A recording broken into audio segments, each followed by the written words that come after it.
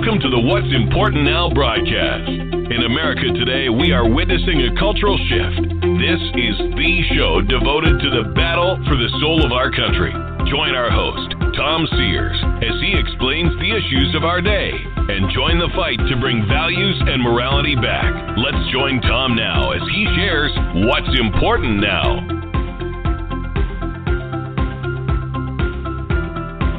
And welcome inside What's Important Now. I'm Tom Sears. Thanks for being a part of our program.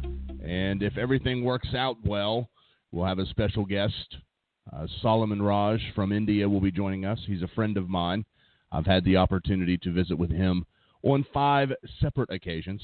I want to let you know that the acoustics may be a little bit different today on the broadcast. I am out of studio, and I can already hear a little bit of an echo. So if you notice that, my apologies sincerely. But again, we're hoping Solomon's going to be able to join us. I had the time off a little bit. Well, a whole lot, actually. About an hour. They are what I thought was like 10 and a half hours in front of us, and so I had told him to call in at 9:30 p.m. his time. And so we are anxiously awaiting. But while we wait, we have some good stuff we can get to. And, what about this stuff coming out? That we have something called a pandemic video. I don't know if you've seen it. If you haven't, you may be living in a cave. But the pandemic video it has a scientist, Dr. I think McKivitz, I think is her name.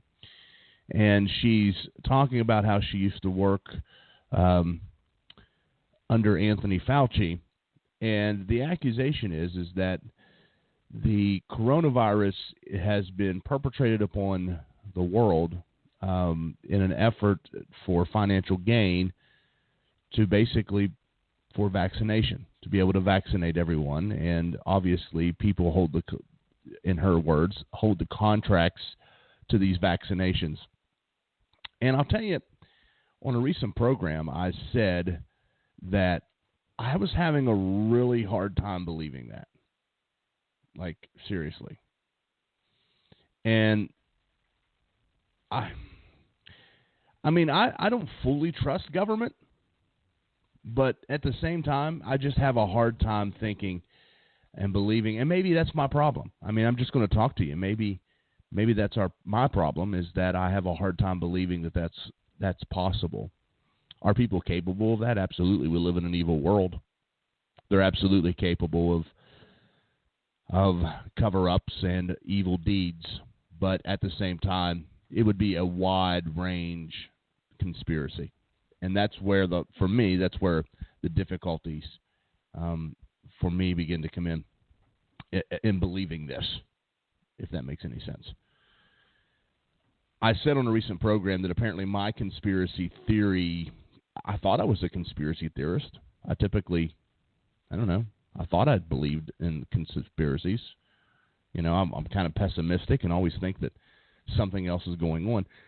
It's not the case with this. I don't see it. And honestly, as I started to evaluate my own self, I started thinking, well, I don't think I'm a conspiracy theorist, because my conspiracy theory, I don't know what the word is, but it ends with the assassination of President Kennedy. I'm a firm believer that Oswald was not the lone gunman, if a gunman at all. But anyway, so a lot happening around the world, and we're hoping to have Solomon Raj with us here soon so that we can discuss what's happening in India. And I will leave the India discussion for him. So there's other things happening with the coronavirus. Again, we mentioned the conspiracy theories. We've mentioned that it's a challenging time. People are starting to get very, very, I don't know if antsy or anxious is the word. It seems as though the conspiracy theory idea of the coronavirus is actually starting to get a lot of steam. A lot of people are actually starting to believe it. People are angry.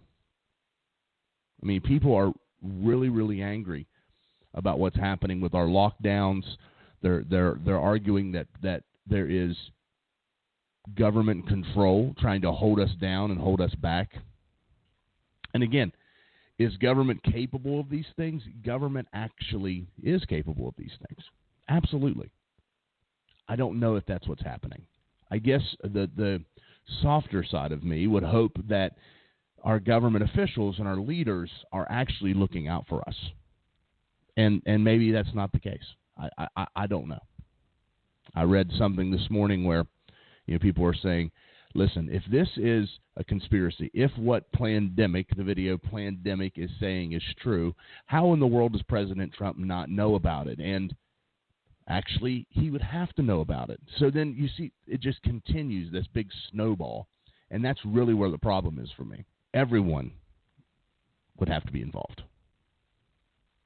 And a lot of people would say, well, not President Trump, because President Trump is someone that is not in the mainstream of politics, and he's there to drain the swamp and all these things. I mean, come on, people. He's the president of the United States. I would believe that if there was a conspiracy to drop a virus on the entire world, he would know about it. And so then he has to either be complicit or it's fake. The Plandemic stuff is fake, meaning someone is making up this stuff. Someone is making this stuff up. So when I say making this stuff up, and I want to be clear, I'm not talking about the virus. Listen, the coronavirus, the COVID-19, let me be more specific, is real. People are getting the coronavirus, and people are dying from the coronavirus. So you're listening to What's Important Now, and we are anxiously awaiting our special guest, Solomon Raj from India. It looks like he may be on the line. Let's see if we can get him. Solomon, are you there? Yeah. Hello, Pastor Tom. I'm here. Hello, brother. How are you? I'm doing great, brother. Thank you for this opportunity, and thank you for inviting me. Absolutely. Ladies and gentlemen, this is one of my dear friends. We have spent some great times together in India, and, with ministry, and just really is just a friendship. And I asked Solomon to come on our program so that he could talk to us about what's happening in India as it pertains to the coronavirus. Solomon, first let me ask, are you and your family all well? Yeah, we all are doing great, Pastor, by the grace of God. We all are fine. Yes. Very good. Very good. I always ask when I talk to you, how's Mama?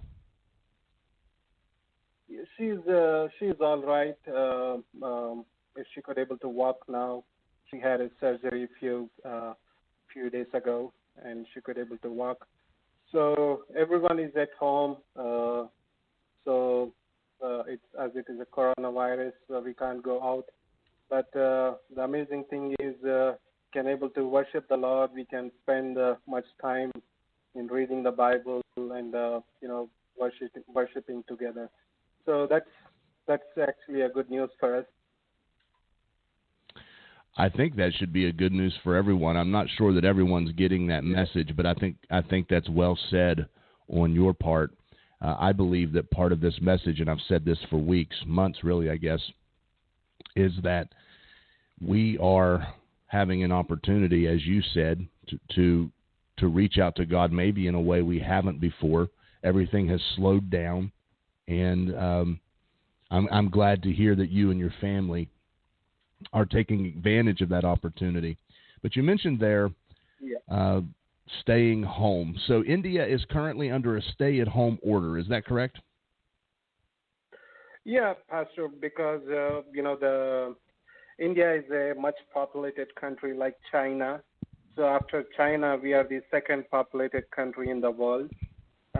Due to that reason, what happens is if people are not staying inside their houses, the virus can spread rapidly, and many people actually can lose their lives, and as it is a very dangerous virus. So the government has taken a forward step to lock down, which means they can't go out only for a certain time. There is a time period they have mentioned, they have given. So on that particular time, you can only go out and get whatever you need, and get into your house again. So that's how we are moving further. So when I look at the numbers from India, it looks like Come again? there are Yes. there are 56,000 confirmed cases in India, and nearly 2,000 people have died. I have been to Exactly. India I have been to India, as you know, many, many times, and as you said, it is a very populated place. I mean, I think about just, our drives from one place to another, just people everywhere. Yes. How has Yes. India been able to keep their cases so low? In the U.S. alone, we have 1.3 million people confirmed with coronavirus. How has India done such a tremendous job of, again, fighting COVID-19? So, Pastor, our government has taken a very strict step on this. So, declared a lockdown. We are not locked down for some states. Like in U.S., in some states, I heard that there is a quarantine and lockdown, but still, it's not like that. People are going to the office, they are going for shopping, everything is going on.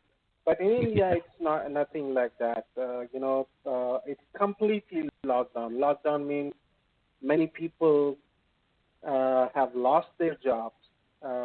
People are not going to the office. Many people are not going to work. They are not traveling. They are not going for shopping.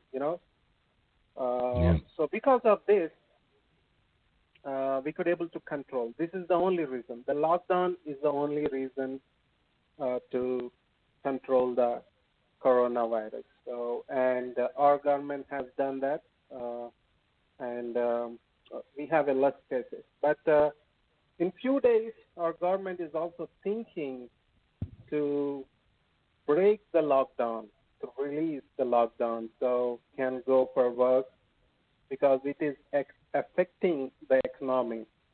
But rumors are also coming that if our government breaks the lockdown, many people can affect the coronavirus, and it can be dangerous. So I'm not sure what's going to happen, but we are praying and we are trusting the Lord on this. So I see that there are over 120 million people unemployed in India because of this coronavirus. Talk a little bit about how this coronavirus has devastated the economy. And for those who may not know, Solomon, talk about how I talk about the caste system, and although they're trying to move away from that system in India, talk a little bit about how this is affecting different classes of people. So, Pastor, we have three different groups of people. One is a person who works in a big company, and the one who works in a normal company, and the other person who works for daily wages. So all these three groups of people are affected now because most of the Indians are working for U.S.-based company, and because of this coronavirus, all the companies they shut down their offices because the government has given the order. Some companies they still don't want to lose their employees, so they have given a remote work to their employees.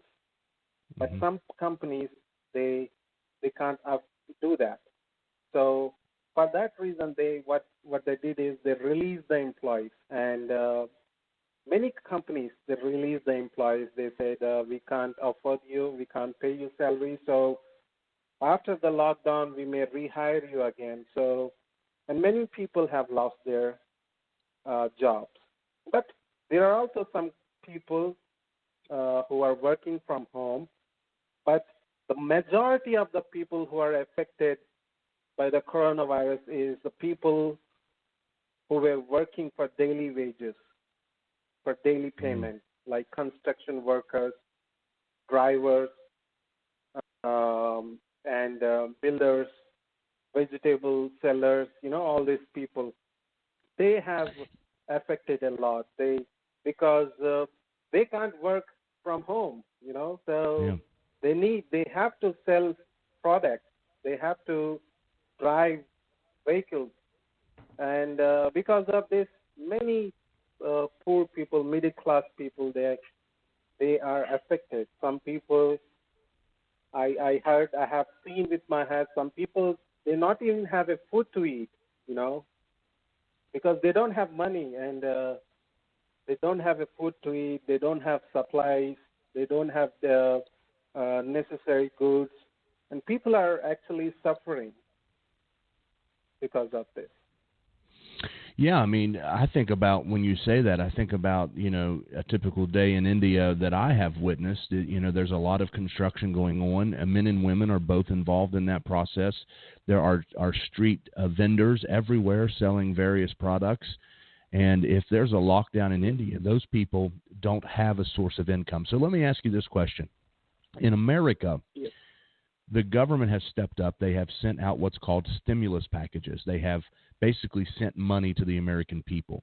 Does the government in India do anything like that to help these people who are facing unemployment or have no source of income whatsoever? Well, the government has given orders to the companies saying that please don't fire any of your employees. Don't release them. If you do that, we may take some necessary actions against the company. But I don't see this is happening, because as per my knowledge, I have seen many people have lost their jobs. I see. So the government itself is not able to, or does not provide money to those people. Okay. So what happens to those? The government itself. Go ahead. Yeah, government is not able to help them, because even the government situation is also bad, because they are not getting enough taxes, and our economy, I would say our economy is going down, and government itself doesn't have enough money, and they are not in situation to support people. So what happens to the construction worker? What happens to the street side vendor in these situations? How do they survive? Well, in my state, in Hyderabad, many workers who work for daily wages, they have come from different states, and after the lockdown, they were stuck in Hyderabad. They belong to different states, but they were stuck in Hyderabad, and some people, because they can't travel to other states, because we don't have any transportation, For that reason, what they are doing is they are going by walk, Suppose some people are from Chennai, which is around 800 kilometers far away, which would be around 500 miles far away from Hyderabad. And some people have taken a step to go by walk to Chennai. And some people, they could able to make it, by walk. And so these construction workers, the laborers, all these are actually suffering. Some non-profit organizations and some people are coming forward to help them, provide them some food and rice, all these things. But still, people are actually suffering. And not only that, there are people who are sick, and many hospitals in India are actually closed because most of the doctors are working for coronavirus now. They're not focusing on other disease. They're only focusing on coronavirus. And because of that, many people who are affected with other disease like diabetes, other kind of disease, they are facing many problems. And some people are also losing their life because there are not enough hospitals who can take care of this. So a disease like diabetes, people are dying. Is that because of a lack of, I guess, an option no to treatment. go get Diabetes, no kidney disease, cancers, Wow. all this typhoid, malaria, all these kind of diseases. When people have, they are unable to go and consult to the doctor because most of the doctors are working only for the coronavirus now. And many hospitals are also closed because of our government orders. Wow. So a lot of people are dying not from the coronavirus per se, but rather from underlying conditions. Yeah, but also from other disease, yes. Wow. So talk a little bit to our listeners. You and I have had this conversation many times. Talk a little bit so our listeners understand the religious breakdown in India. What does it look like? What does religion look like? Hinduism, Buddhism, Christianity. What's the population look like over there? Well, our country is most populated by the main religions which dominate India is Hinduism. And after that, the second place comes to Muslims. And after that, Sikh. And the Christianity population in India is very less. It's only at 2%. So we are very less. The challenges that Christians face in India. When you talk about only 2% of the population being Christian, yes. Talk about some of the challenges you face there in India. The challenges, we have many kind of challenges. Our government has launched an anti-conversion bill in many states after our new government, which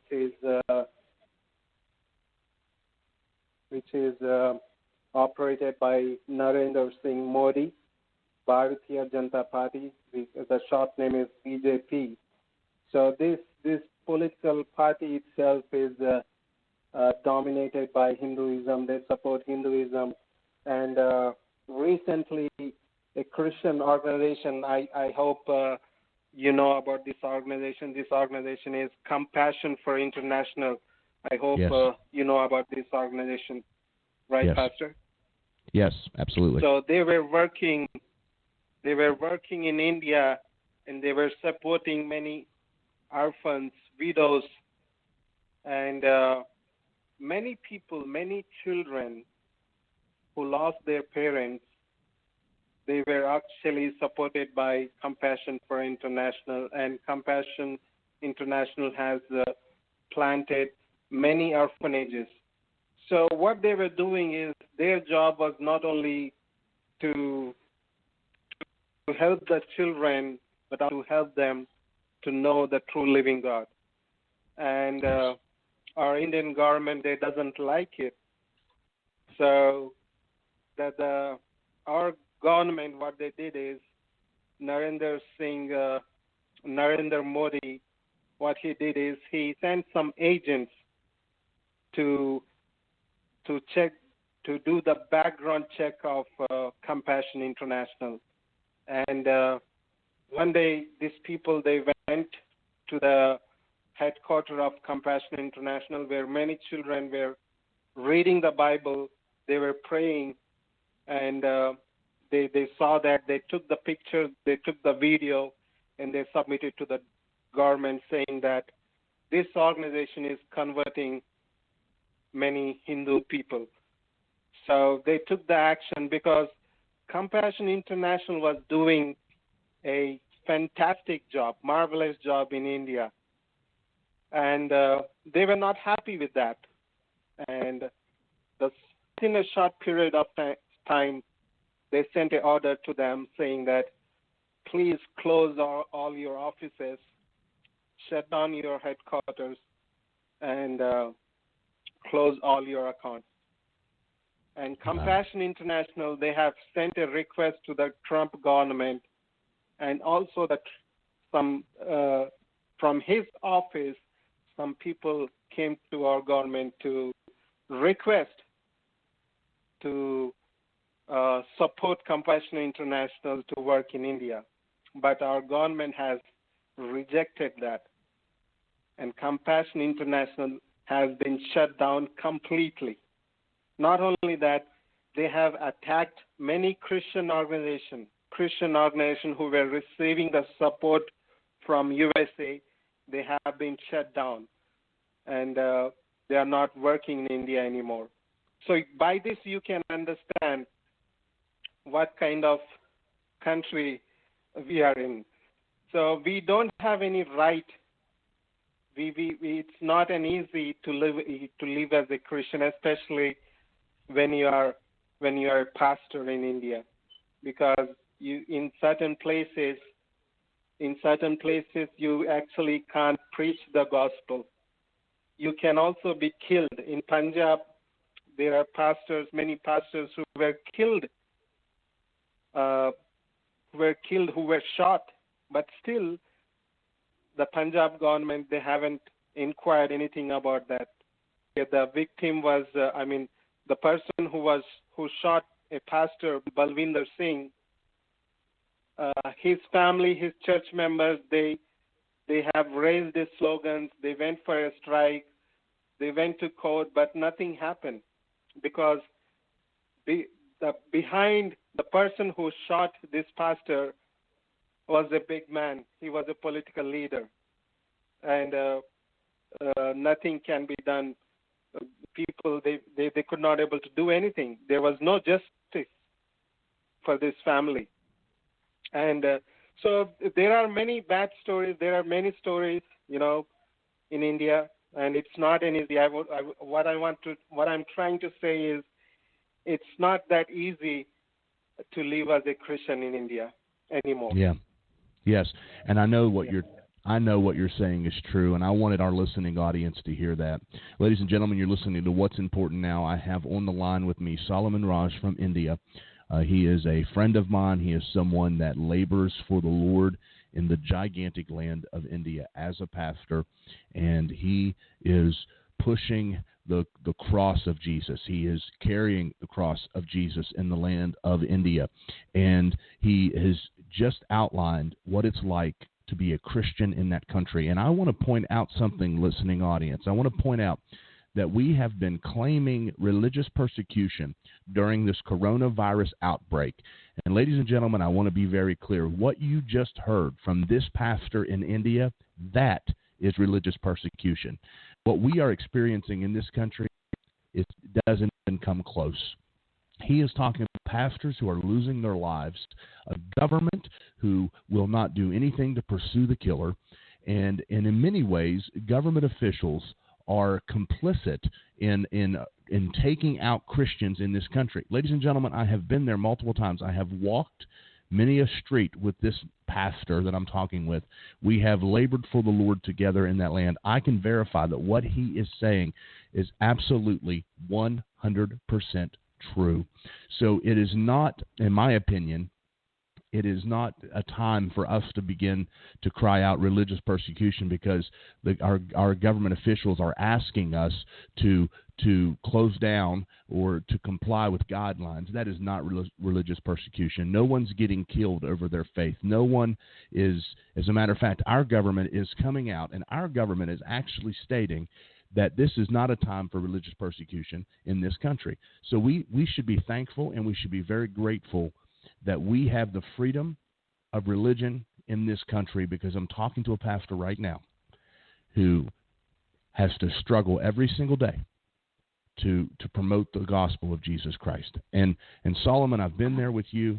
We've had the opportunity to preach together, and boy, we've had some good times, and we always do it without fear, and I thank you for that. I thank you for promoting the gospel of Jesus Christ without fear. And it does take a boldness, doesn't it?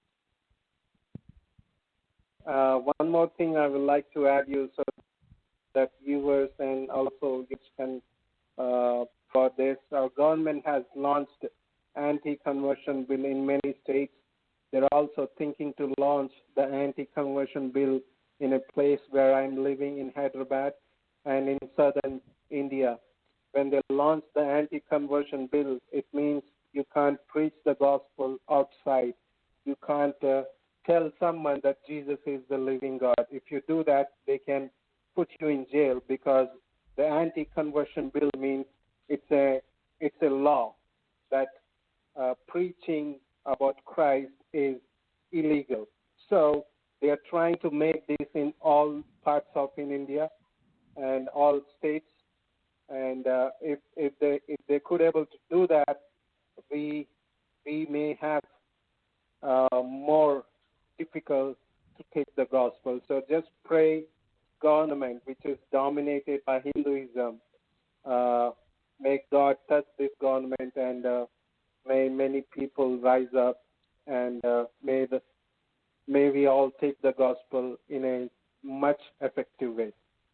Now, what will that mean for someone like me who travels to India to minister? I remember the last time I was there, I was told that I needed to stay in the churches. Of course, I didn't. I preached on the streets anyway. But what does that mean for a minister like me? Yeah, Pastor, I believe you came to India in last time when you was here. I think it was in 2010, I believe. 2015. 15, yes. So things are changed. So after this government has taken place, things are changed now. Many foreigners, many American pastors who came to India, they actually tried to conduct the open-air crusade meetings. Some of the American pastors, they were also arrested for doing that. So you can imagine, what's going on in India now. So they were arrested. After that, they were released. But their passport, their visa was canceled. So I know another American pastor who was thinking to come to India, and when he went for an interview at the embassy, Indian embassy, they asked him why you are going to India, and he was a very true man. He just said, I'm going to India to preach the gospel. So they rejected his visa, and they also scolded him, saying that please do not come again. They warned him not to come again. So this pastor was, when I was chatting with him last week, he was telling that they shouted at me and they warned me not to come again. So I'm afraid to apply for visa again. Maybe they can reject my visa again if I tell them that I'm going there to do a mission. So our government is taking many necessary things to stop the gospel to spread. Yeah. Well, Pastor, let me talk to you briefly. Talk a little bit about your ministry. I want the American people to hear what you do, what your personal ministry is, how you promote the gospel of Jesus Christ. Well, my father was a bishop, as you know, Pastor. He was a bishop, and before his passing away, my dad he received many signs from God. One day, in a vision, me and my dad. This is a vision which he saw before his passing away. Me and my dad were at the railway station. We were waiting for the train to come, and we had a good luggage, big luggage we were carrying together. So our aim was to take this luggage and deliver this luggage to the needy people where people are suffering. So that was the vision which he saw. And me and my dad were waiting for the train. The train arrives on the time, and my dad, we took the luggage and we put inside the train, and I get into the train, but my dad could not able to catch the train. So he missed the train. And I saw my dad. His eyes were with the tears, and I saw the pain at him. And after that, many days, he talked to me. He told me, son, listen, God is trying to tell me something. He's telling me that I'm going to pass away someday, and you may have to carry this. You may have to take the responsibility of the ministry. The other vision which he told me was he was constructing a house, and everything was over, only the upper part was pending. So I climbed the house and I finished the house construction. So like in the Bible, when David asked God, Lord, I want to build a temple for you. So, you know what Lord said, you can't do it.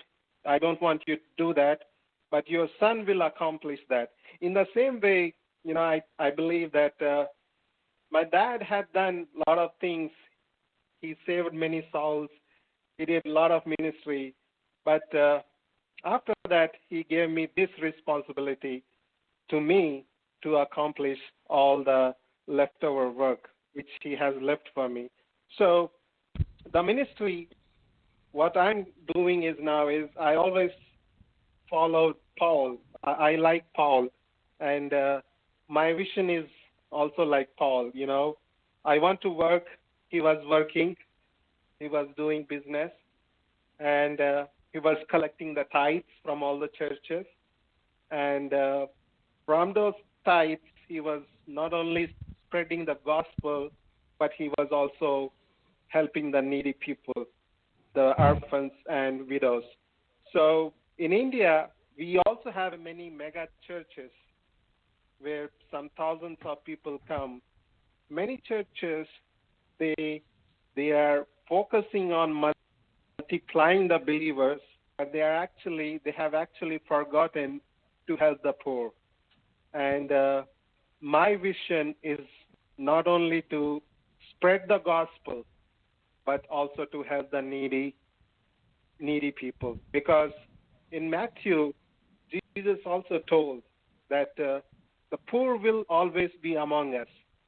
The reason why he said that is because even if our country develops like America, the poor will be always there. True. I believe also in America there are many poor people. So what I'm trying to say is, if churches, if they believe this commandment that Jesus also helped the poor people, and he also encouraged many people to help the needy. Whenever he was preaching the gospel, he always used to feed the people. So his motive was same. What he was trying to tell is help the needy people. That was the first commandment which he wanted to do, and which he also encouraged the churches to do that. But many churches have forgotten this commandment. They are just focusing on multiplying the believers, but they are not helping the poor and needy. if all the churches they come forward to help the needy, then I believe in this world there will be no poverty. Amen. Amen. So specifically, what are some of the ministries that you involve yourself in? How do you reach out? How are you helping the poor and the needy? Well, Pastor, as you already know, we planted a church together in leprosy colony.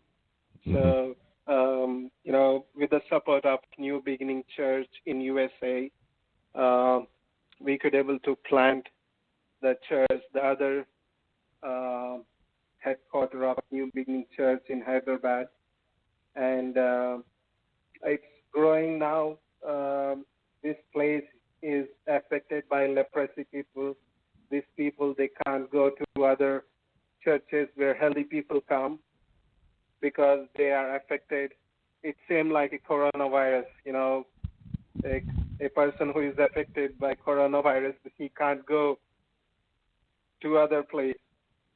In the same way, in the Old Testament, the leper was rejected. They used to take him away, and they used to put him away from the village. In the same way, this leprosy affected people, they all live together. They have separated themselves from the healthy people, from the normal people. So in this place, the healthy people, the normal people, they won't come. Nor these people, they go to the places where normal people live. Even if they go, they don't welcome them. They will reject them. So these people they are depressed, they are poor, they are rejected, and they don't have anyone to support. And the fact is, many people, they are also afraid to go there to support them because this leprosy can be transmitted. It can transmit to other healthy person. So many people, they can't go there to support them even if they want to. So, but God has given us an opportunity. He has given us a vision, and I'm very thankful, me and my family and all the leprosy-affected people, the leaders who are living there, the church members, they are always thankful to you because with your support, we could able to build a church in leprosy colony, and many people every Sunday. I don't know. I mean, we can't meet their need, everyday need, but what we are thankful to God that we are feeding them with the bread of life.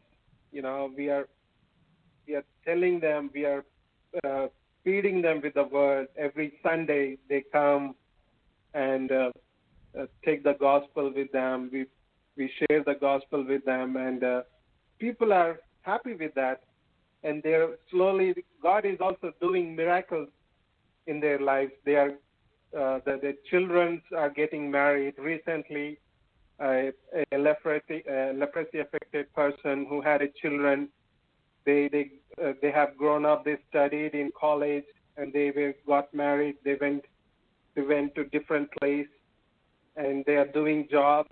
So God is doing miracles in leprosy colony, and we are very thankful to God about this. One of the greatest joys of my life was having the opportunity to dedicate that church there in the leprosy colony, as you recall, and it was just, again, just a tremendous joy. Pastor, I want to thank you for joining us today. I want to thank you for your honesty. I do have one final question. What do Christians in India, when they look at American Christianity, and you can be just totally honest here, when they look at American Christianity, what are their thoughts? Well, the thoughts are like Americans, when they look at Americans, they always think that they are very rich, and they also say that because they have everything, because they have money. Because of that, for that reason, many people, many Christians are falling down.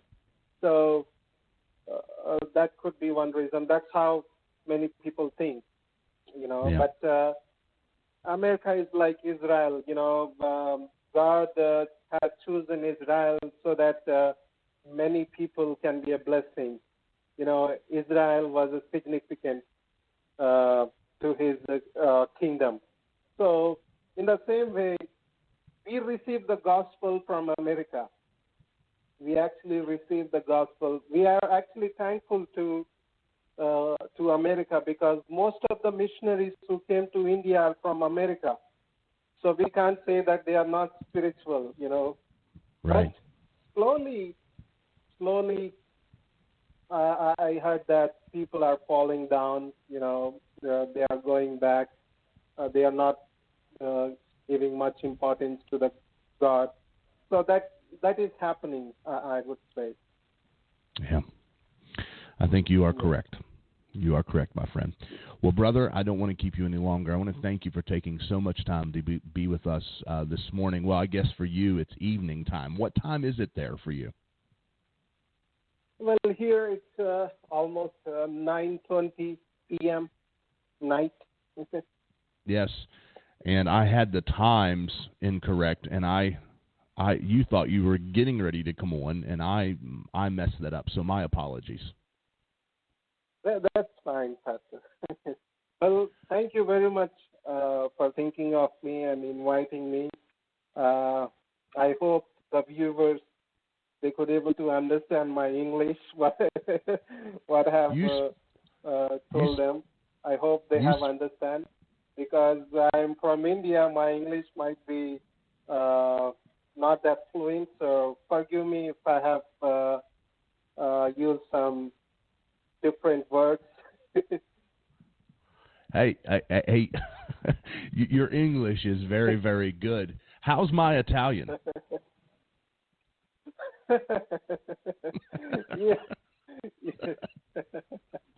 Yeah, your Italian is very good, better than mine.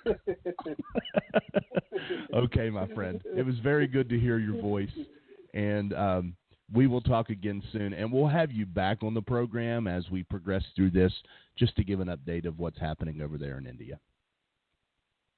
Thank you, Pastor. You mean I need to come back again? Sorry, your voice was breaking, so I could not able to catch you. No, I was saying that we will have you back. I'll communicate with you, and we'll have you back on the program. Oh, that's great. I will look forward for that. Yes, sir. Yes, so sir. God bless you. Give my regards to the family, to the church, and to the viewers, and thank you for your support. Thank you for your prayers. We are very thankful to you, especially my family, my mom, sisters, my wife. We always keep you in our prayers. We believe that you all are safe, and we are praying for you. So please do take care of yourself and the family because the situation is bad. Don't take this virus silly, and it's not bad, but God is in control, but still we have to be wise, right? Amen. We have to be wise when we are going out, and So very thankful to you, Pastor, for giving me this opportunity. And also, the Leprosy Colony Church is doing well. Hope when you come back again, we may have a service and we will spend some quality time together. So we are actually missing you a lot. I know we had a very good time in India villages. We traveled a lot, and we had a great mission trip, and we have accomplished a lot. People are missing you. When I travel, when I go to the mission trip, they often ask me, when is that tall man is going to come again? Well, I tell them that he will come next year. But I think we had a long gap after 2015. Yes. It's 2020, so we had a big gap. So we are praying for you. Hope you will come back soon again to India, and we will have a good time. You have my word. As soon as this coronavirus is out of the way, I will be making my return trip to India, ready to preach the gospel and to serve with you. Amen, amen. So please give my regards to the family, Pastor. Thank you so much for this time. I will, and please tell everyone I said hello, especially Mama, and we love you, and we're praying for you, and we will see you soon. Thank you, Pastor. Take care. Take care, my friend. Bye-bye. That was Solomon Raj from India, and not only is he someone who labors for the Lord, he is he's a friend. And he, as you were listening there, he laid out not only what's going on with the coronavirus in India, but he outlined what it's like daily as a Christian. You know, we talk about persecution. We talk about religious persecution in this country, and we do not know what that is. Let me be very clear. You know, some of the stories, my very first trip to India, I preached in a church. And after I left that church, within 1 week, the pastor was killed, dragged into the woods by Hindus, and murdered. And the reason was because, in their words, he was foolish enough to have me there. This is a real struggle for them every day. If you would like to help reach out to this ministry in India, email me. What's Important Now Radio @gmail.com. I'll let you know how you can help. Also, you could send a gift to 8901 Good Hope Pike, Lost Creek, West Virginia 26385. Include a note, a sticky note, a memo, or just write it there on a check, India, and I'll know where it's going, and 100% of your donation goes there. 100%. There's no administrative cost. One of the worst things I've ever seen, I want you to think about this, in India, as the pastor was talking about how Jesus said the poor will always be among us. One of the things that I've seen that I've never been able to shake, and I want you to let this settle in, was a child trying to nurse from a dog. Yes, you heard that correctly. A child trying to nurse from a dog. I thought Solomon said something very interesting, and I wrote it down. When I asked him what they thought of American Christianity, and he was so kind and was so grateful and thankful and how America has sent missionaries to the land of India and took the gospel there. He's grateful because he has heard the gospel, because an evangelist or a missionary or a pastor or a preacher left America and went to India. And he's so grateful for that because now he has the truth. And he said America is like Israel. And I want you to think about that for a moment. We are like Israel in so many ways. In the history of the world, two nations have been created for the purposes of God. Israel and America. And just like Israel, when they lost their way, they paid a price. We're paying a price, and we'll pay a price for losing our way. It was good to hear his voice. It was good to hear his voice. Again, in India, unemployment numbers over 120 million. And just in case his English was difficult for you to understand, I understand him clearly, but I've talked to him a great deal, so I expect everyone else understands him. But just in case, he talked about the daily wage earners. And what he was saying was that these are the people that are building things, the construction workers. I can remember getting up in the morning and watching women and even children carry bricks on their head. Those people aren't working now.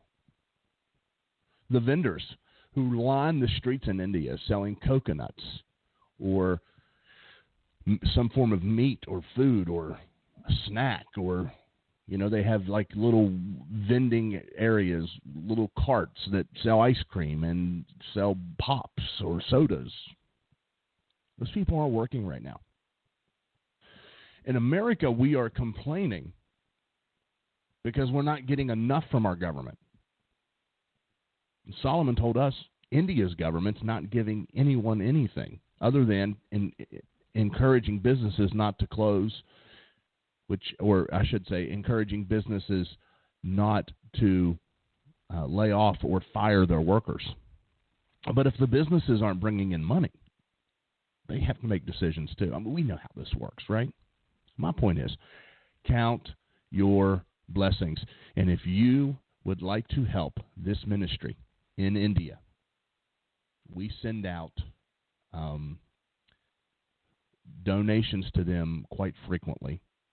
And if you would like to be a part of that, contact me, what'simportantnowradio@gmail.com. Or you could send a gift to Action Ministries, 8901 Good Hope Pike, Lost Creek, West Virginia, 26385. And 100% of your donation will go there. This is the first time I have asked for anything during this entire shutdown. As a matter of fact, most of my life, I don't ask. But they are facing very dire circumstances over there. And I assure you, Solomon is one, and other pastors that I know. They are there getting their hands dirty, so to speak, working in the ministry. So, India's lockdown is expected to be lifted on the 17th day of this month. Again, 56,000 confirmed cases, 1,895 deaths. Astounding when you look at the numbers in the United States. Again, highly populated areas. I'm talking shoulder to shoulder walking down the street in India. Crazy. If you've been there, you know what I'm saying.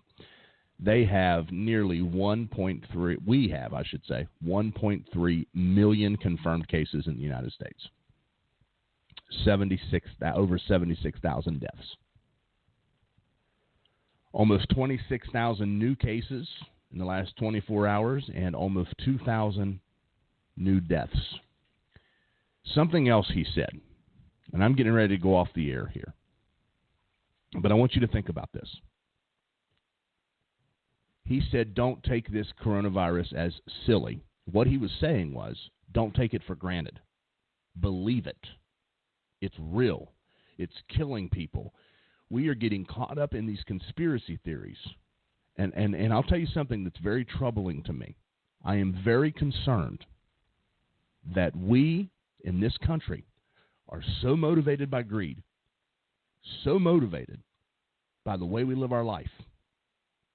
What we fear is losing our way of life, losing the things that we enjoy doing. Could that, this is a question, could our greed and our concern to live our lives the way we want to live our lives, could that lead us to a second wave? Could that lead us to a wave that's far more deadly than the first? You've been listening to What's Important Now. I want to thank you for being a part of our broadcast. Fight the good fight of faith. Contend for the faith. There is a cause. It does matter, and it is important now. Again, our email address, what'simportantnowradio@gmail.com, what'simportantnowradio@gmail.com, and our mailing address, 8901 Good Hope Pike, Lost Creek, West Virginia, 26385. May God bless you. May He keep you, and everything you put your hands to prosper. Be in health and prosper, even as your soul prospers. God bless.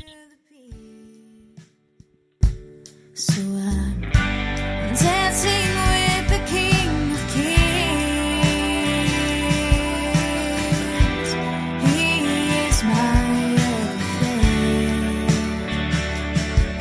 Yeah. I know we're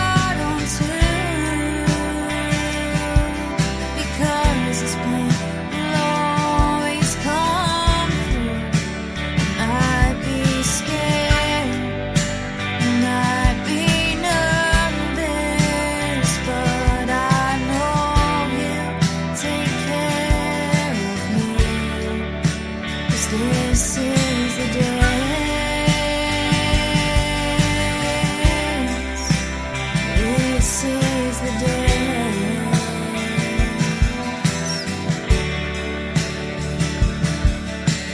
As I stand in awe of you, watching everything you do, 'cause I know your goodness exceeds it all.